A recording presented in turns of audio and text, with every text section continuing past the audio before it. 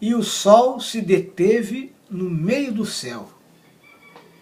Assim mesmo está dito no texto de Josué, capítulo 10, 12 e 13. E quero te perguntar, será que há alguma contradição entre a ciência e a Bíblia nesta afirmação? Deixa eu ler o texto que está no livro de Josué, capítulo 10, 12 e 13, que diz o seguinte: Então Josué falou ao Senhor no dia em que o Senhor entregou os amorreus nas mãos dos filhos de Israel, e disse na presença dos israelitas: Sol, detente em Gibeão, e tu, lua, no vale de Aisjalon. E o sol se deteve e a lua parou, até que o povo se vingou de seus inimigos. Não está dito isto no livro dos justos? O sol, pois, se deteve no meio do céu e não se apressou a pôr-se, quase um dia inteiro. Pois bem, queridos, há algumas dúvidas quando esse texto de Josué 10, 12 e 13 é lido, que afirma que o sol se deteve no meio do céu. E a primeira dúvida que é gerada nesse texto é a seguinte: como pode, então, a Bíblia afirmar que o sol parou, se o que determina a mudança do dia, né, essa mudança, essa passagem das 24 horas, se ela se dá através da rotação da Terra em torno do seu próprio eixo? Queridos, não podemos nos esquecer que a Bíblia faz uso de uma linguagem comum, não técnica, né? E que o uso de uma linguagem não científica não vai de encontro à ciência, porque a Bíblia é anterior à ciência, como afirma, né, Norman Geisler.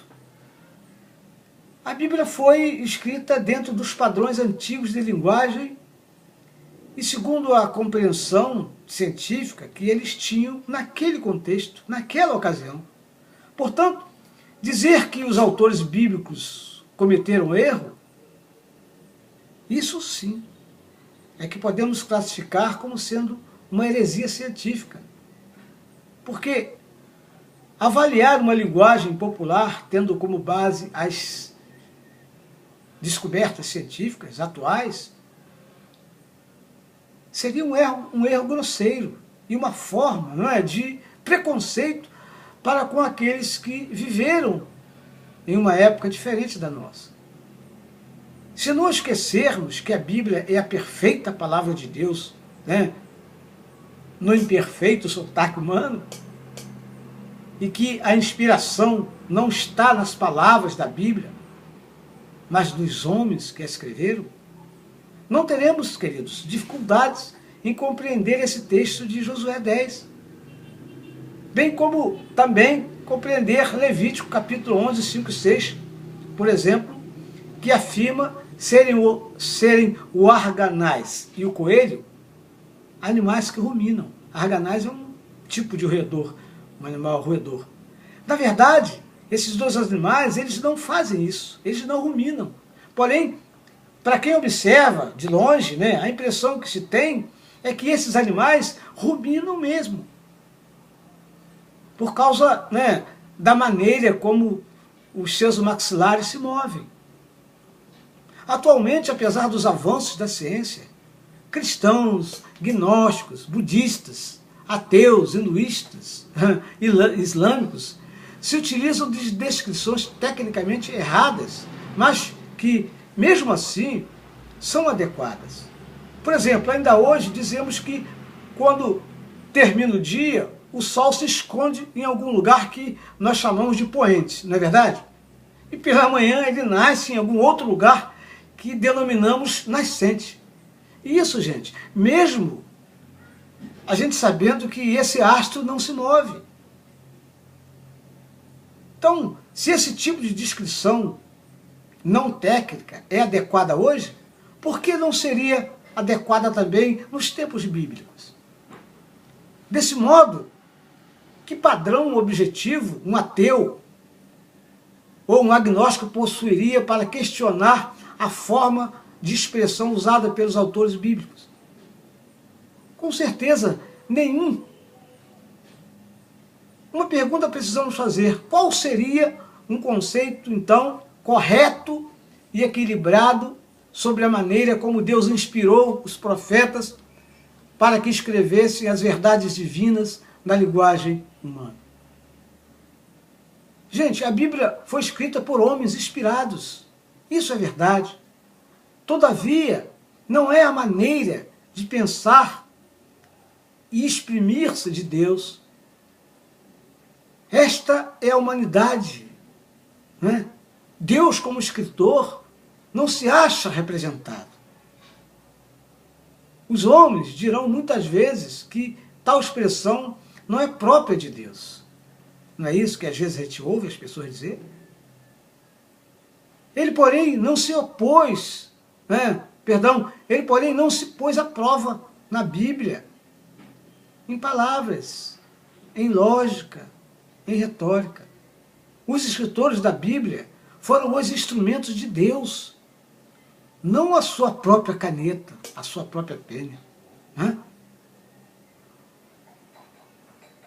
Precisamos olhar para os escritores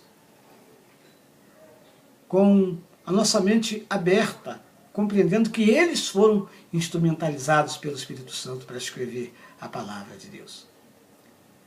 Porque não são as palavras da Bíblia que são inspiradas, mas o homem é que foram inspirados para escrever. A inspiração, portanto, não atua nas palavras do homem ou em suas expressões, mas no próprio homem, que sob a influência do Espírito Santo é possuído de pensamentos divinos. As palavras, porém, recebem o cunho da mente individual.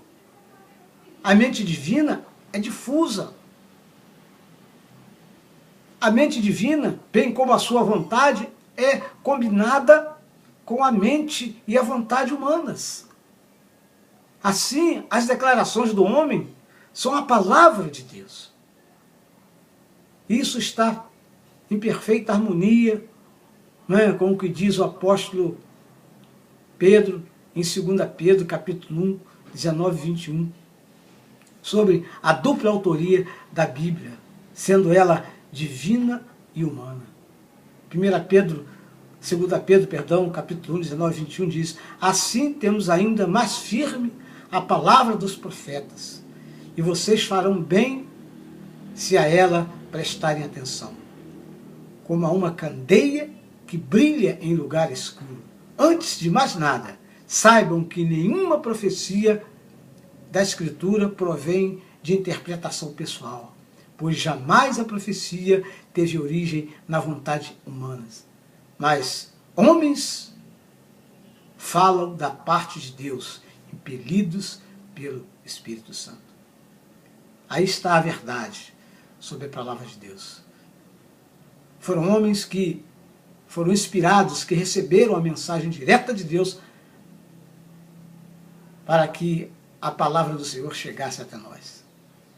E que você também possa se abrir para ser inspirado por Deus para dizer verdades, Porque, como cristãos, responsáveis por refletir a imagem de Deus no mundo, precisamos, para isso, sermos inspirados. Que Deus possa te abençoar.